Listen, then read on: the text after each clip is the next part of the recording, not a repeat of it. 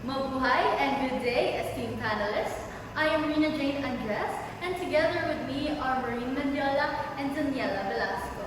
We are grateful for the chance to present our research on a topic that is as personal as it is academic. Our research title is Barriers to Mobility, Transportation Inclusivity and its Influence on the Travel Experience of Tourists with Physical Disabilities. Today, we will explore how inclusive or exclusive transportation systems shape the confidence, comfort, and satisfactions of persons with disabilities during travel. To begin, inclusivity refers to the intentional design of system and service that accommodates everyone, especially those often left behind, like persons with disabilities. Transportation is more than a movement. It is an access to opportunities, education, employment, tourism, and independence. According to the National Council on Disability Affairs, or NCDA, there are 2,167,465 registered PWDs in the Philippines. That is why this study asserts transportation is not just a privilege, it is a right. Our research examines whether this right is being fulfilled for tourists with physical disabilities. Moving on the RRL section 1.1 explores how poorly designed transportation limits PWD access to basic services. These are not just inconvenience, they're barriers to dignity. In 1.2, we studied pedestrian environments. Many sidewalks and crossings lack tactile markers, ramps, or visual cues, making commuting dangerous for PWDs. So section 1.3 examines tourism itself. While accessible tourism is growing globally here in the Philippines, PWD still reports exclusion from mainstream travel experience. Legal policies and frameworks. It consists of the following. Republic Act Number 7277, also known as the Magna Carta for Persons with Disabilities, mandates equal access to transportation and other public services to ensure full participation and inclusion of PWDs in the society.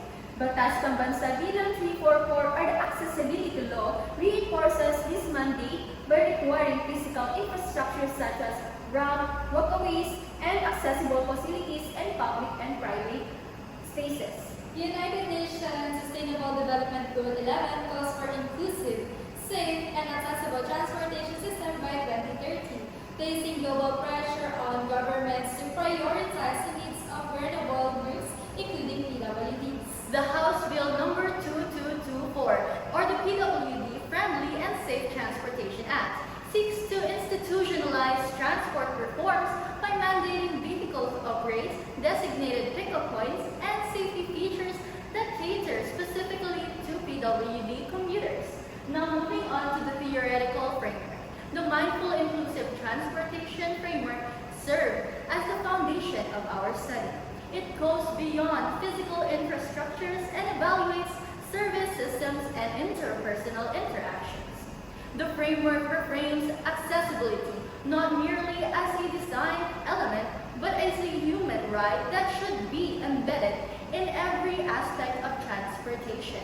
By using this model, we were able to approach the issue with both technical and ethical consideration in mind. Grounded in four core values, which is the inclusivity, respect, empathy, responsiveness, the framework guided how we analyze the real-life travel experiences of persons with physical disabilities. These values are not just abstract. They translate directly into the way transportation staff communicate, how systems respond to the needs, and how PWDs are made to feel when they access services. The framework allowed us to see clearly whether these principles were actively practiced or unfortunately missing on the ground. Most importantly, the framework acts as a bridge between what the law requires and what people actually experience. It connects policies with reality. Using this lens, we examine Calamba's local transportation system and identify both the success and shortcomings. This helped us surface what true on-the-ground inclusivity looks like, not only through compliance with the law like RA 7277 or BP 344, but also through the eyes of those every day. Our conceptual framework starts with legal and global standards like BP 344, RA 7277, SDG 11, and House Bill 224, which set the foundation for inclusivity, mobility, and guide our research direction. At its core is the Mindful Inclusive Transportation Framework, built on 4 pillars: mindfulness, physical accessibility, systematic accessibility, and stakeholder collaboration.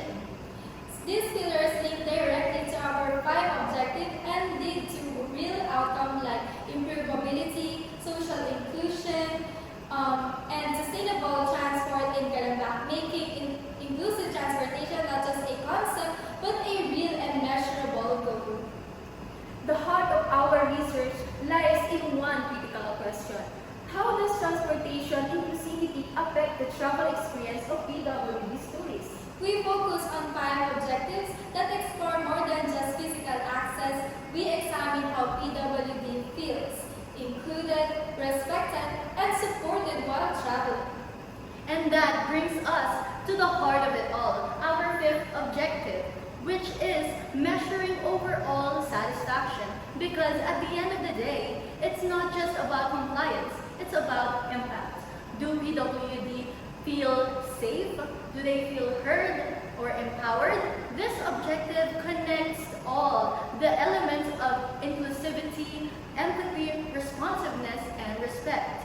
And also asks, did these translate into a meaningful, positive experiences for the traveler?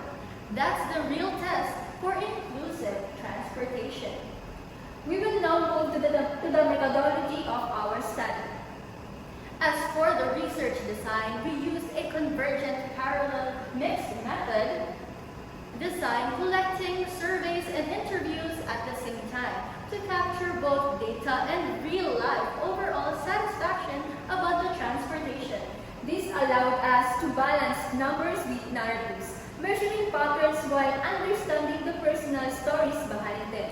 By analyzing both together, we revealed not just how inclusive transportation is, but why it matters to those living with mobility challenges. Our main instrument was a structured survey designed to measure key aspects like inclusivity, empathy, responsiveness, and respect.